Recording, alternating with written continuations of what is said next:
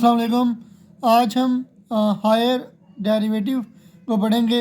Derivative लेना तो आप जानते ही हैं, डिफरेंशिएट करना, डेरिवेटिव के सवाल को हल करना तो आप जानते हैं। लेकिन आज हम डेरिवेटिव्स को यानी कि हायर डेरिवेटिव्स को पढ़ेंगे, यानी कि एक से ज़्यादा दफ़ा डेरिवेटिव लेना सीखेंगे।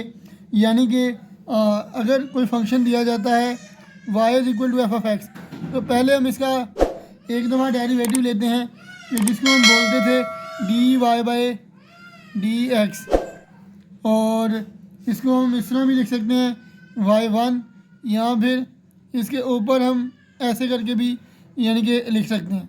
ठीक है।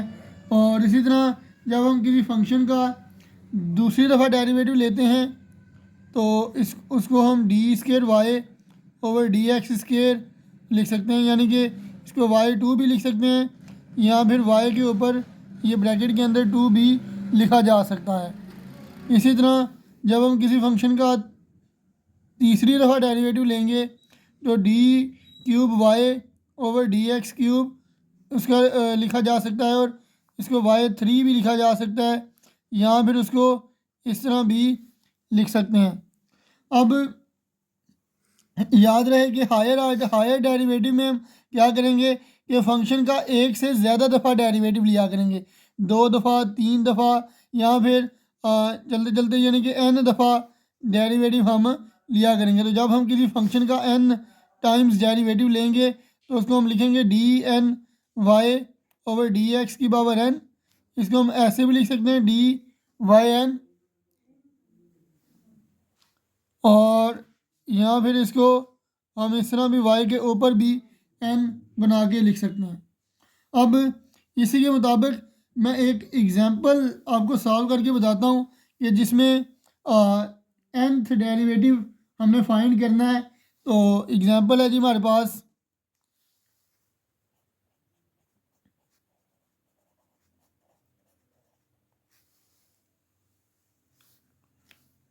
फाइंड the nth derivative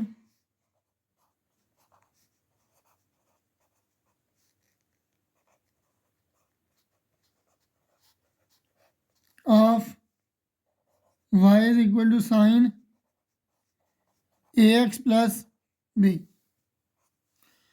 तो इसका हमने n टाइम्स डेरिवेटिव लेना है। तो n टाइम डेरिवेटिव हम कैसे लेंगे वो मैं आपको बता देता हूँ।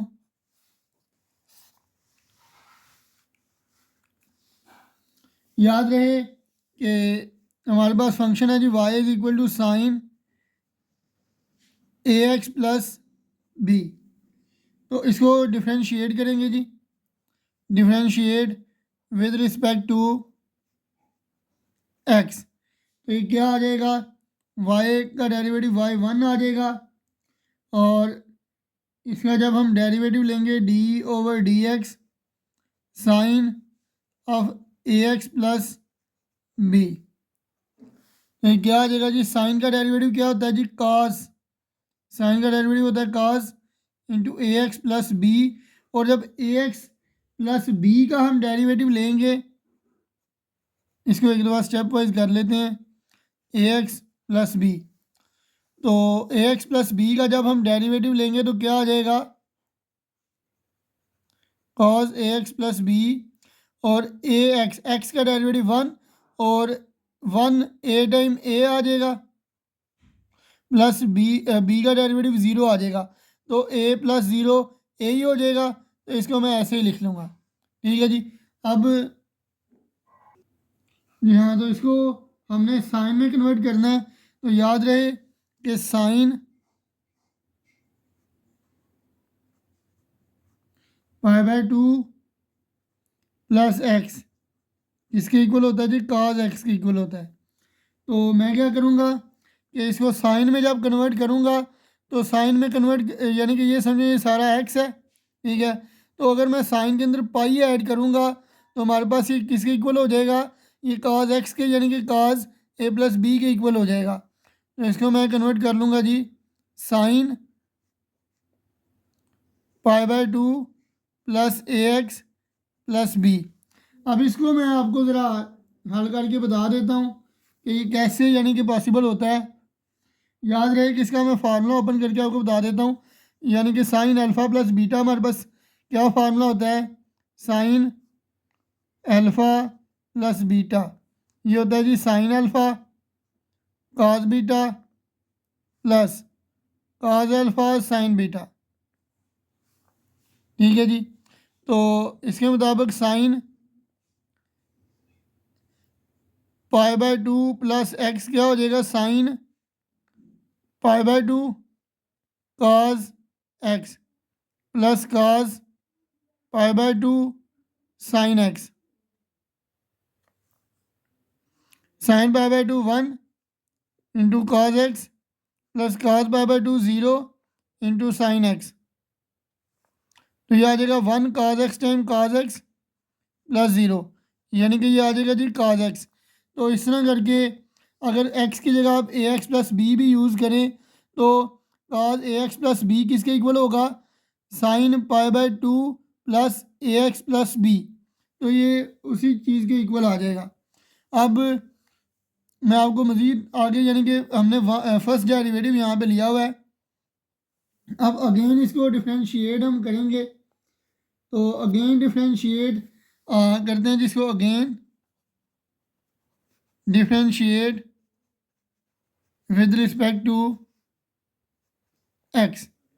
तो y1 का डेरिवेटिव y2 आ जाएगा और साइन का derivative cos pi by two plus a x plus b का जब हम डेरिवेटिव लेंगे तो हमारे पास क्या आ जाएगा जी, ए एक्स प्लस बी ही हमारे पास यानी कि वेरिएबल है, बाकी दोनों कांस्टेंट है, दोनों का डेरिवेटिव 0 और ए एक्स का डेरिवेटिव ए आ जाएगा और ए हमारे पास पहले भी पड़ा हुआ है। तो ये क्या आ जाएगा, a into a square cos pi by two plus a x plus b. अब ज़ाहिर सी बात है इसको अगर अगेन हम साइन में कन्वर्ट करें तो एक दफ़ा फिर यानी कि इसमें पाई बाय टू ऐड करना पड़ेगा। तो ये क्या आ जाएगा, साइन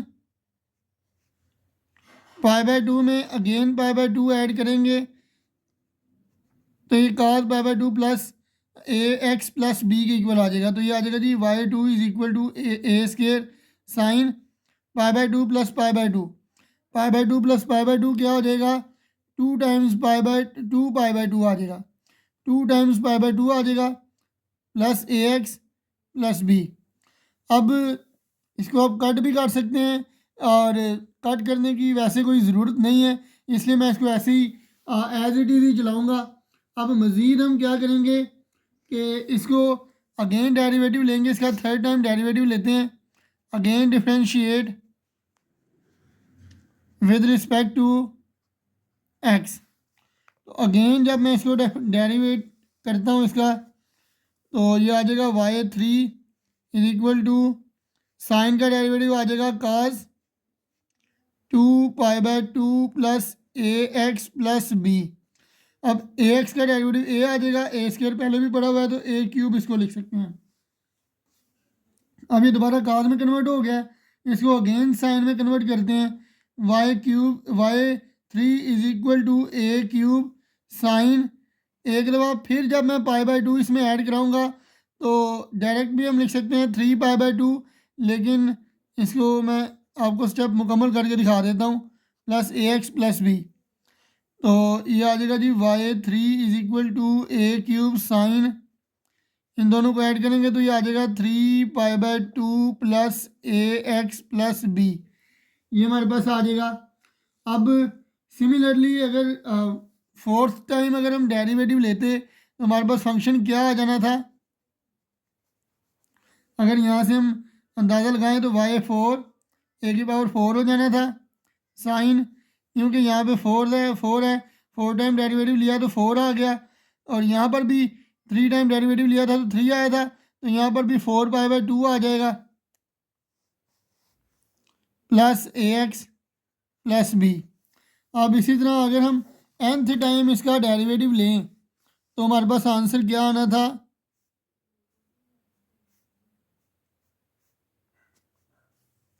फर्ज किया जब हम nth टाइम इसका डेरिवेटिव लेते हैं तो ये 4 टाइम डेरिवेटिव लिया है तो पावर ए की 4 आई है, 3 टाइम लिया है ए की पावर 3। इसी तरह अगर हमने 2 टाइम डेरिवेटिव लिया है तो ए की पावर 2। इसी तरह अगर फर्स्ट टाइम डेरिवेटिव लिया था तो y1 और ए की power 1।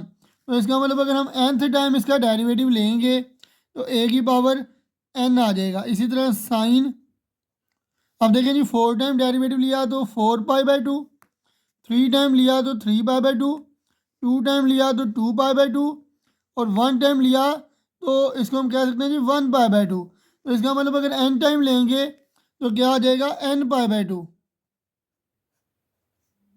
Plus a x plus b.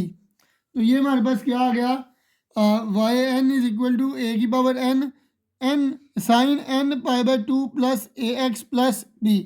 तो ये हमारे पास nth डेरिवेटिव आ गया है y is equal to sine a x plus b का। तो अब मज़ीद आपकी असाइनमेंट के लिए जो क्वेश्चंस हैं वो मैं आपको बता देता हूँ। ये हैं जी y इज इक्वल टू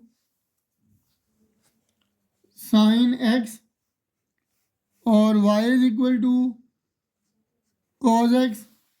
इसके अलावा चलिए ये 2 क्वेश्चंस आपने असाइनमेंट के तौर पर करने हैं। अब मज़ीद एक और एग्जांपल के ज़रिए मैं आपको nth डेरिवेटिव निकालना सिखाता हूँ। यहाँ अब हम एस एम यूसुफ कैलकुलस का पेज नंबर 82, वहाँ पर एक एग्जांपल है, find the nth derivative of y is equal to a x plus b की पावर m। इसका डेरिवेटिव फाइंड करने की nth डेरिवेटिव फाइंड करने की कोशिश करते हैं जी। जी हाँ, हमारे पास सवाल है जी y is equal to a x plus b की पावर m। इसका डेरिवेटिव लेते हैं, differentiate with respect to x। तो क्या आ जाएगा जी, y का डेरिवेटिव आ जाएगा y1, तो इसकी पावर पहले और पावर में से एक माइनस कर लेंगे और ए एक्स प्लस बी यानी कि जिसकी पावर है ए एक्स प्लस बी का पावर के बगैर डेरिवेटिव लेंगे तो क्या आ जाएगा d/dx into a x plus b. तो ये आ जाएगा y1 is equal to m a x plus b की पावर m-1।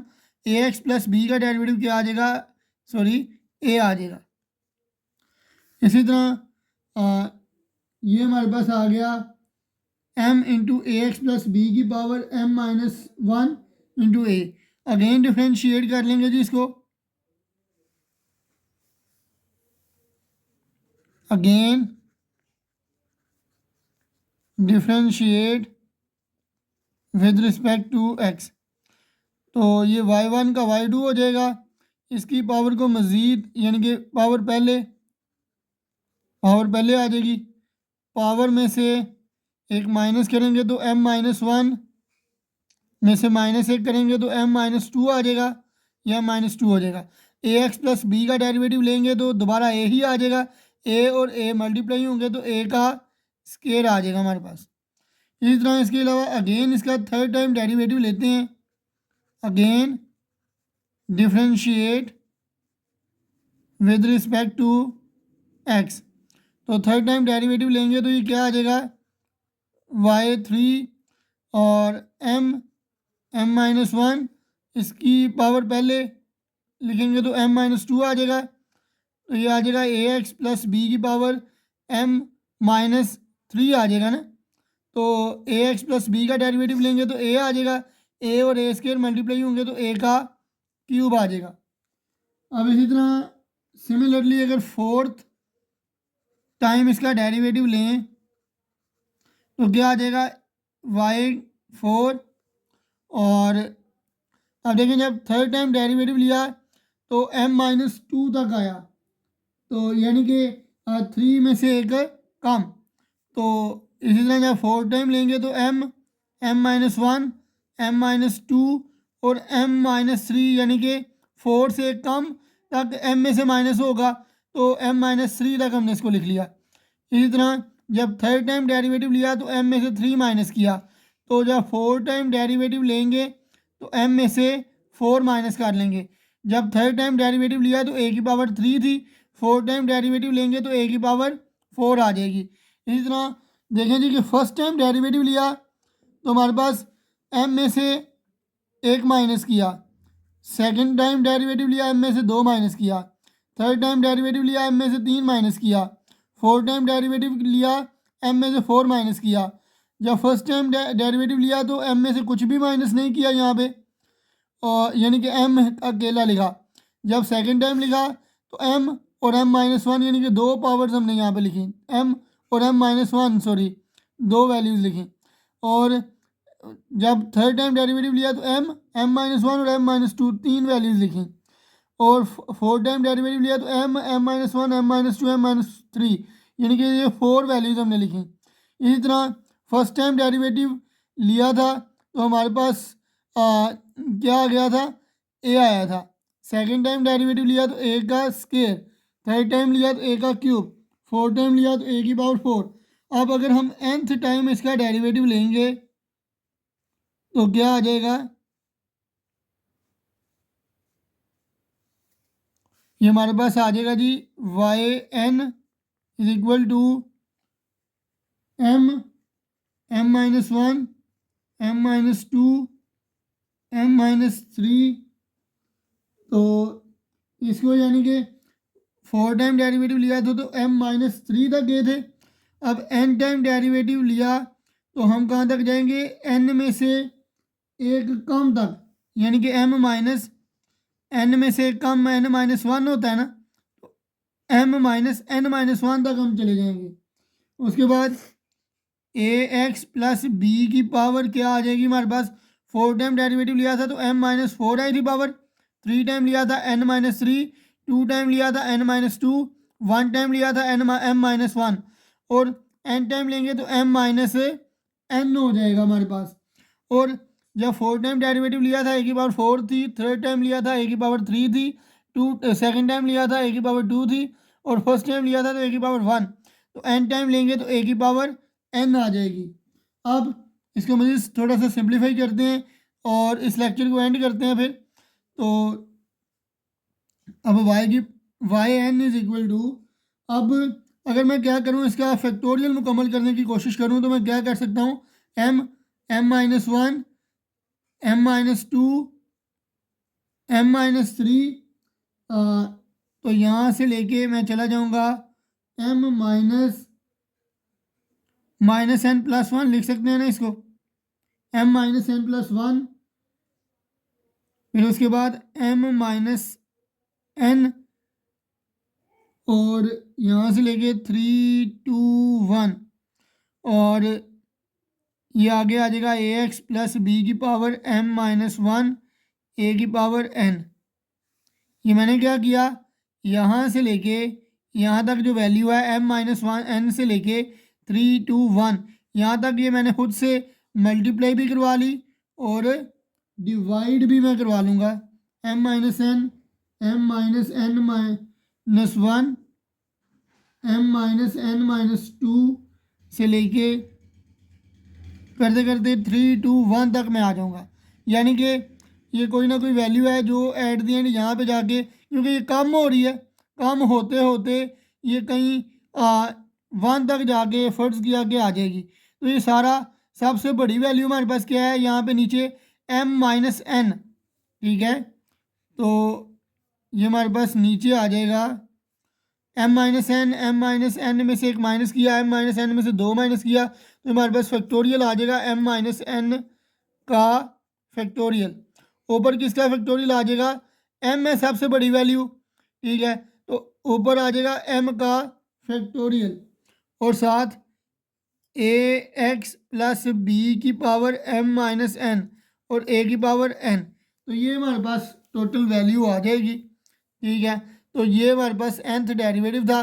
तो उम्मीद है कि आपको ये अच्छे से समझ आ गया होगा। तो फ़िलहाल आज के लिए इतना ही, मुझे दीजिए इजाज़त, अल्लाह हाफिज़।